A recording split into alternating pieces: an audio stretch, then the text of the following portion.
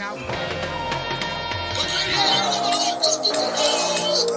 This is getting better and better. Get some recipes. Yeah. Yes, sir. I can't believe you've done this.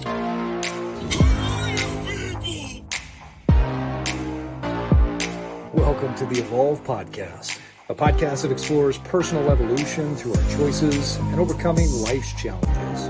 The EVOVLE community is your ultimate destination for personal growth and evolution. True to form, I get to continue to be the dumbest person in the room. That's fantastic. Thank you.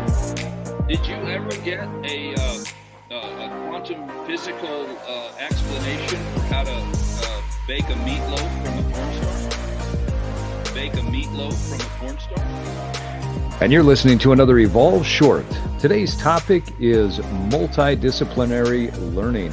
Miles, as we've gotten older, I know that you and I both love to read books, but at the same time, we know that learning is not just coming from reading. So talk about how you are learning right now. What's that approach look like? That's a great question. And it's a kind of process that I've evolved over the course of years. And what I mean is, there was a time you just read. You read books. And right. At least for me. And after a while, I started to realize I'm not really retaining, or I'm retaining very little of what I'm reading. And so what I started to do was, whenever I would learn a bit of information, I would write it in a journal and then see how it's applicable in a living experience. And I started. So are you writing down the learning, or are you writing down what you think you can apply? What did that look like for you?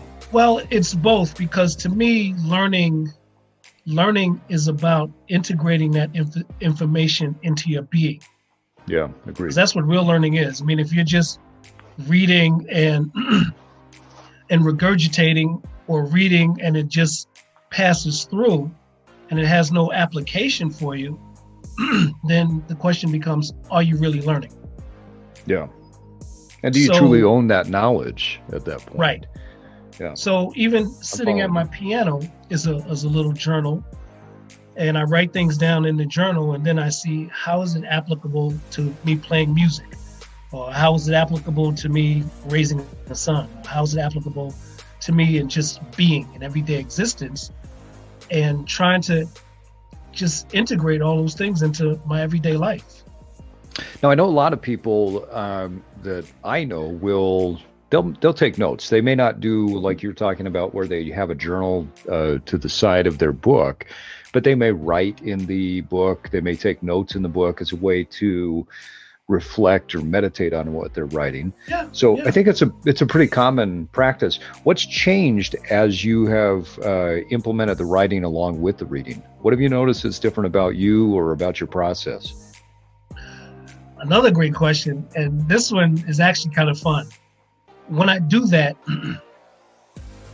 at any given moment during the course of the day, I can have 9 to 10 what I call different pauses. Okay. And the pauses are a bit of information seeps into the moment that I'm at any given point. Yesterday was a perfect example. I'm currently reading a book called The Yoga of Consciousness. Okay. And it just it goes really into depth of what the ego is, what consciousness is. It breaks it all down. And so yesterday was a particularly beautiful day. I'm sitting at the piano. I'm playing this little tiny piece. And all of a sudden, I was just overwhelmed with stillness. And it's like I connected to everything. And where I play the piano, there's a window, and I can see the trees, and I just paused, and it was a brief moment of ecstasy. And I'm describing it as ecstasy, but the word doesn't really fit what the sensation was as I was sitting there. And that was just one of the pauses that happens when you start to try to live the information that you're taking in. You pause because there it is. It's here it is. Here's the moment. This could be applicable. Or it just radically can change your perspective once you get that information in, because you have all the information they're like paradigm shifts or agents. Right. They're like agents for paradigm shifts. And so the more you read, the more paradigm shifts you can have with understanding another person who you've looked at in one particular way. And all of a sudden, because of all this information, you can see them in an entirely different way. It's amazing how you feel that shift. And I think when you explained it as ecstasy, you caused me to pause a little bit. And I thought about something that happened to me recently as I've been working to implement some things that I've been learning. And I woke up the other morning and it was quiet and something had shifted inside of me. What I had been reading, what I had been studying, what I've been focusing on in practice, I just woke up and I felt different. There was a shift in my soul. And I don't know how to describe it, but I think ecstasy is probably a pretty good word, because there is this freeing feeling inside when you make that paradigm shift. It's almost as if you are no longer burdened with your past perspective or your past paradigm.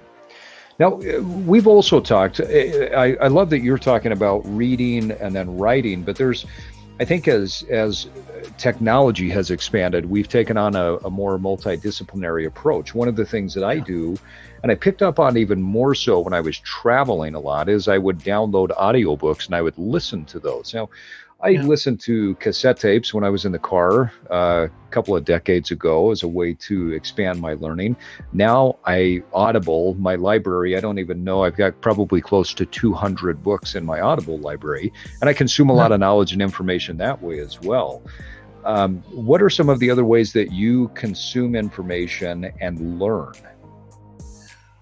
Well, if somebody comes to me and says, you have to pay for a particular social media platform, you have to pay for Facebook, I'd close my account. Could give two shits about Facebook. Okay. Instagram, I would cancel my Instagram page in a minute. Yeah. I would pay for YouTube. Okay. Yeah. I would pay for YouTube. Now, granted, the University of YouTube. Oh my God! I think all of the platforms, if you use them properly, can probably garner the same benefits. But there's something about YouTube that it takes you into depth with anything. I remember it really is playing anything. I'm with you there. Yeah. What's something recently that you played with? Looking at the artwork of the artwork of past masters. Okay. Literally going to lectures, and you've got hour and a half long lectures of these professors talking about the subtle nuances of Manet, Monet, Picasso, Jean-Michel Basquiat. It's so intense. And the other one is, I've learned most of my information about quantum physics through YouTube video animation and lectures. Okay. And it's and right you've been in into front that of for your quite face. some time. Yeah, you've been into that for about a year or so. Yeah, you click a button and there's a lecture. You're cleaning your house, the lecture's on. It blows my mind that all this information is at our fingertips. I've heard people criticize and joke. I joke about it, but not in a negative way. You're learning from YouTube. But I'm right there with you. There's been very practical things that I've learned from YouTube. There was one day our disposal in the sink wasn't working. I pulled up a YouTube. I looked at the serial number on the disposal. I typed it in, figured out that there's a little button that I needed to push, and bam, that thing's working. Same thing with one of my cars that I was working on. I thought that this Porsche that I was restoring, I was going to have to do this massive fix and replace all of these wires. And I pull it up on YouTube, and the person says, well, there's a breaker button. Once you've checked here, there's a breaker behind the stereo. And once you get that breaker behind the stereo taken care of, then you're probably fine. So I pull all of that out. I push the breaker. It goes back on, and I don't have to replace anything. and YouTube saved the day and probably saved me a couple $100 at least. Yeah. In having somebody take a look at it. So I'm with you. I think YouTube is a great way to go. And it's amazing, all of the free education. I think you said something to me, oh gosh, maybe a month or so ago, and you're probably just repeating something that you said before, that in our day and age, you almost have to work to be ignorant because there's so much free information and free content out there. I mean, even Audible, you can check out audio books. You can, for free. You can go to the library and check out audiobooks for free. There's so much free information, from YouTube to audiobooks to checking out library books. Whatever you want to learn, wherever you want to grow, the information is out there. So And how about you, our sometimes it's just random. listeners? Yeah, well, Honestly. random is great. Random is great. We got to wrap this one up because I know that we could continue to go on and on, and we're trying to keep this one as short. So how about you, our listeners? How do you continually learn through life? What does that lifelong learning look like for you? How are you utilizing this multidisciplinary approach to learning? Are you putting it into practice? Are you writing? Are you journaling?